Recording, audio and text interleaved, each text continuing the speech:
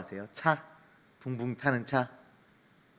차는 없어도 이렇게 그 차에 대한 관심을 갖고 있는 사람이 있잖아요. 제가 그랬거든요. 제가 차는 없어도 차에 관심이 굉장히 많았던 사람이고, 얼마 전에 이렇게 하나님의 은혜로 차가 생겼는데, 그 차가 생기는 계기를 통해서 더 차에 대한 관심이 많아졌어요. 그러다가 이렇게 차에 대해서 이렇게 막 보니까 어떤 사람들이 폐차 직전에 차량을 가져다가 이걸 새 차처럼 만드는 그런 방송들을 하더라고요. 혹시 보신 적 있나요? 거의 이렇게 차가 어떻게 표현해야죠? 썩었다? 진짜 썩었어요. 강판이 다 썩어서 삭아서 녹슬어서 구멍이 송송 뚫려 있고, 엔진은 이제 시동도 걸리지도 않고 이제 그냥 수명을 다한 폐차 직전의 차량을 가지고 옵니다. 그래서 그거를 새 차로 만드는 거예요. 근데 그것을 할 때 가장 처음 확인하고, 처음 부품을 확인하고 계획을 세우는 것이 뭐냐면 엔진이에요. 엔진이 어떤 상태인지 확인을 합니다. 그리고 견적을 내요. 엔진이 어떤 상태인지 확인하고 어떤 부품이 필요한지 가장 먼저 찾아봅니다. 그리고 엔진의 부품들을 찾고 조립하고 확인하고 계획해서 차를 수리해 가지요. 그리고 이제 기타 부품들을 이제 준비하고 차를 이제 외관도 갖고 가는 그런 것들을 볼 수 있어요. 왜 엔진을 가장 먼저 확인할까요? 차가 차의 역할을 하기 위해서 가장 중요한 게 엔진이잖아요. 제가 생각해 봤어요. 이제 차에 탔는데 의자가 없다. 그래도 차가 굴러가면 집에 있는 의자라도 이렇게 해고 앉아서 운전을 할 수 있을 것 같아요. 문이 없다. 문이 없어? 그러면 이렇게 비닐로 이렇게 문을 이렇게 붙여서라도 어떻게 해서라도 할 것 같은데, 엔진이 안 돌아간다? 망가졌다? 그럼 이 차는 움직일 수가 없는 거죠. 이렇게 차가 차의 역할을 하는데 가장 중요한 것이 엔진이기 때문에 엔진을 가장 먼저 봅니다. 제가 왜 차 얘기를 하냐면, 제가 요즘에 우리 새벽 예배 때 욥기를 보고 있어요. 욥을 보면서 이 욥의 삶이 참 슈퍼카 같아요. 너무 우리가 봤을 때 제가 얼마 전에 저기 이수역 사거리에서 페라리를 한번 본 적이 있는데, 페라리가 으앙 하고 가니까 그 으앙 소리에 맞춰 제가 와 이러고 쳐다보더라고요. 진짜 와 하고 쳐다볼 만한 인생인 것 같습니다. 그런데 그 인생이 어떻게 됩니까? 망가질 대로 망가지죠. 그리고 오늘 본문의 말씀에서 무엇을 확인할 수 있었죠? 그의 삶이 다시 리스토어 되는, 다시 수리되는 그런 모습을 우리가 볼 수가 있습니다. 오늘 우리가 이 욥의 삶을 돌아보면서 이 돌이키시는 이 하나님, 그 하나님께서 그 인생을 돌이키실 때 어떻게 하셨는지, 어떻게 역사하셨는지에 대해서 우리가 한번 말씀을 살펴보도록 하겠습니다. 오늘 우리가 읽은 말씀은 그 욥기의 마지막 부분이에요. 욥은 많은 고난 중에서 참 오랜 시간을 보내다가 하나님께서 그 모든 것을 회복시키시는 그 회복을 경험하게 됩니다. 자, 우리가 욥 다들 잘 알고 계시겠지만 욥이 어떤 사람인지 한번 잠깐 살펴보고 들어가도록 할게요. 1장 1절의 말씀을 보시면 이런 말씀이 나옵니다. 우스 땅에 욥이라 불리는 사람이 있었는데 그 사람은 온전하고 정직하여 하나님을 경외하며 악에서 떠난 자더라. 그 욥은 온전하고 정직한 사람, 하나님을 경외한 사람이라고 소개하고 있어요. 참 극찬을 하고 있죠. 온전한 사람, 이 말 자체가 너무 극찬인 것 같아요. 제가 이런 칭찬을 받을 수는 없겠지만, 아무리 생각하고 견적을 내도 저는 이런 칭찬을 받기가 어려운 사람이지만, 혹시라도 제가 이런 칭찬을 받는다고 하면, 하나님께 이렇게 인정을 받는다고 하면 소름이 돋을 것 같습니다. 정말 짜릿할 것 같아요. 1장에서 이 하나님이 욥에 대해 평가하신 그 내용을 말한 후에 욥이 받아 누리고 있는 것들에 대해서 쭉 나열을 합니다.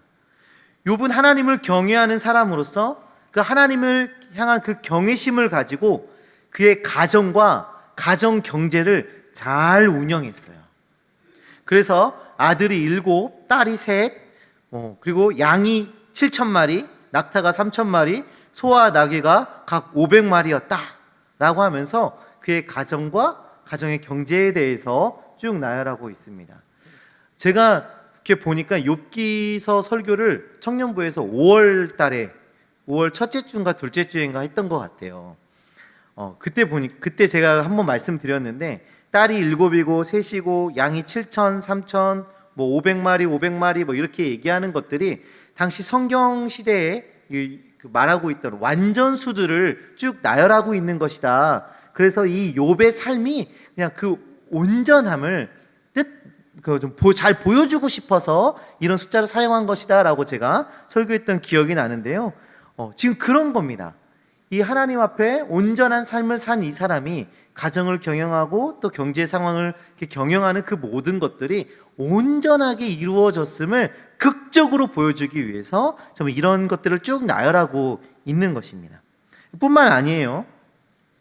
욥은 자녀들의 생일이 되면 그 잔치를 베풀었습니다. 그리고 이 잔치 중에 혹시라도 자녀들이 죄를 지었을까봐 잔치가 끝나면 번제를 드렸어요.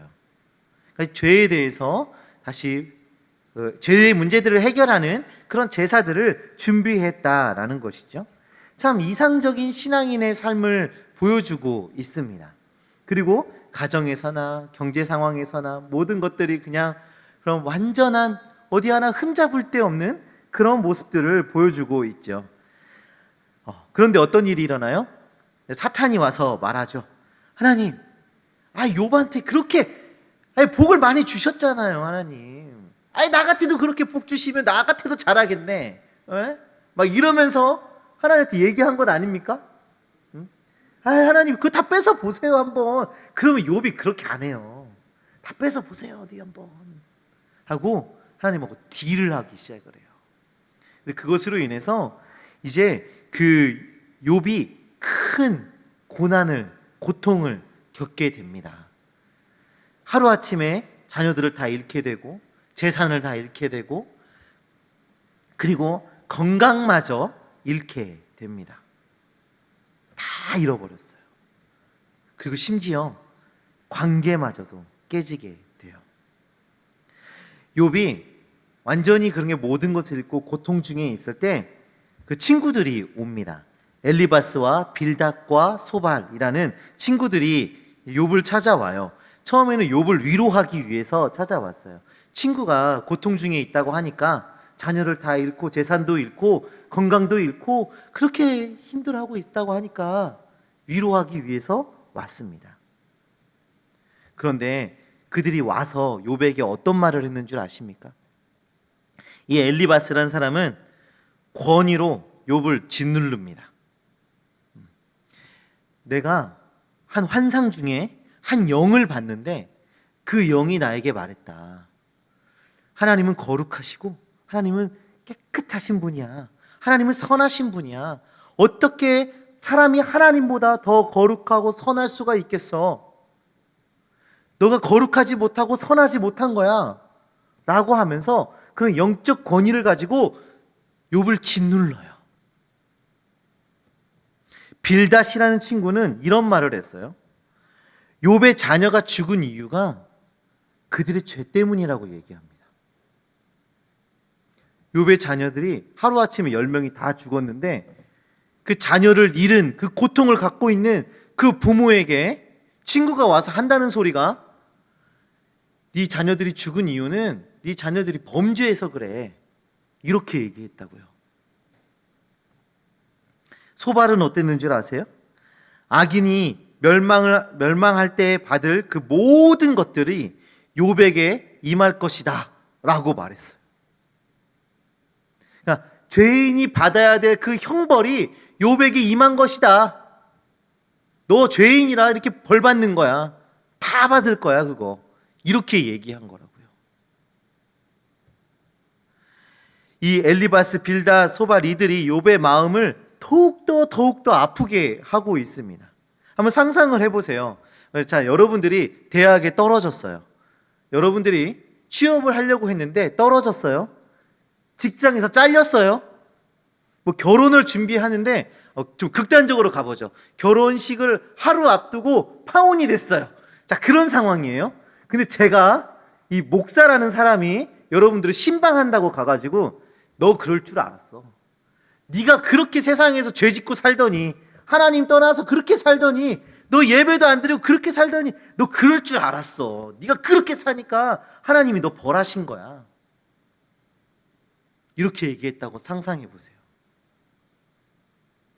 교회를 떠나겠죠? 교회를 그냥 떠나겠습니까? 저 목사 때문에 떠나 하면서 이제 막 난리나고 마음에 상처 입고 뭐 그럴 것 같아요. 저여도 그럴 것 같아요. 저여도.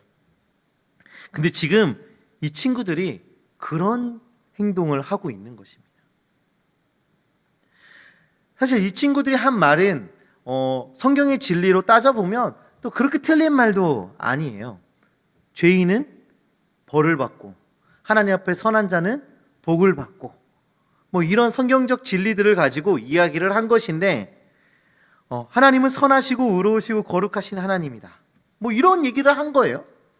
우리는 하나님 앞에서 거룩할 수 없고 하나님에 비하면 우리는 선할 수 없다. 뭐 우린 죄인이다. 뭐 이런 얘기들을 한 건데 지금 너무나도 상처를 주는 날카로운 칼을 휘두르고 있는 것이죠. 오늘 우리가 읽은 이 본문 42장 7절의 말씀에서 이런 말씀이 나옵니다.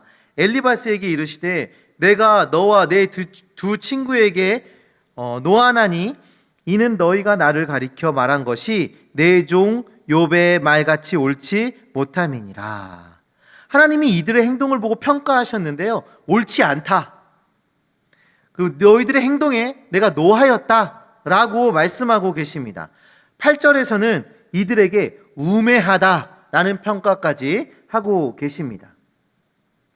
이들이 욥에 대해서 말을 할 때는요, 욥의 상황과 맞지 않은 이야기들을 했기 때문에 옳지 않은 것입니다.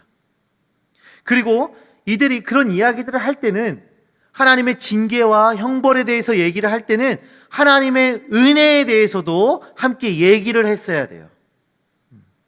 그리고 지체 안에서, 우리가 형제 자매 안에서 우리가 서로를 사랑하는 그 마음을 가지고 이야기를 했어야 됩니다. 그런데 이들의 행동에는 그것이 다 빠져 있습니다. 엘리바스, 빌다, 소발 이들과 욥의 관계가 어떻게 됐을까요? 제가 욥이었다면 가만두지 않았을 것 같아요. 사실 욥도 가만히 있진 않았습니다. 막 반박했어요. 그래서 이 욥기서를 이렇게 보시면 서로 정말 날카롭게 논쟁을 하는 그런 모습들을 볼 수가 있지요. 관계가 완전히 무너져 버렸어요. 완전히. 우리가 이제 간혹 그런 거 있잖아요. 남자친구가 여자친구에게 하지 말아야 될 말들 중에 이런 것들이 있어요. 직장에서 여자친구가 직장에서 상사에게 많이 이게 괴롭힘을 당하고 이제 그러고 왔어요. 그런데 저녁에 퇴근하고 만났는데 이제 그 자매가 형제에게 오늘 말이야 우리 부장님이 어쩌고 저쩌고 저쩌고 나한테 이렇게 얘기를 했어요. 남자친구가 한참을 듣다가 야, 너 왜 없는 사람 욕을 해? 너 그거 나쁜 거야. 그러면 안 돼. 이렇게 얘기를 했다고 해봐요. 어떨 것 같으십니까? 절대 하지 말아야 될 행동이죠. 아, 그래 힘들었구나 이렇게 해야 되는데 아무리 옳은 말이라고 해서 야, 너 그런 사람이었어? 없는데 뒤에서 막 욕하고 너 이런 사람이었어? 막 이러면 이제 큰일 나는 거죠. 이런 것 가지고도 우리가 이렇게 관계가 깨지고 뭐 이렇게 다툼이 일어나고 뭐 이럴 수 있는데 지금 뭡니까? 고난 중에 있는 이 욥에게 네 죄 때문에 그래. 네가 죄지어서. 네 자녀들이 죽은 거? 그 자녀들이 죄지어서 그래. 죄지어서. 너 앞으로 악인이 당할 모든 그 형벌을 넌 다 받을 거야. 이렇게 얘기하고 있는 건 아닙니까? 관계를 유지할 수가 있겠습니까? 옳은 말 맞는 말이라고 해도 그들은 맞는 말을 한 것이 아니었습니다. 욥과 하나님의 관계, 우리가 알 수 없는 하나님의 계획, 그리고 고난 중에서도 역사하시는 그 하나님의 은혜, 이 모든 것들이 제외된 냉정하기 그지없는 날카로운 칼을 그냥 휘두르고 있는 것이죠. 그래서 하나님께서 이 친구들에게 이런 명령을 하세요. 8절의 말씀 한번 보겠습니다.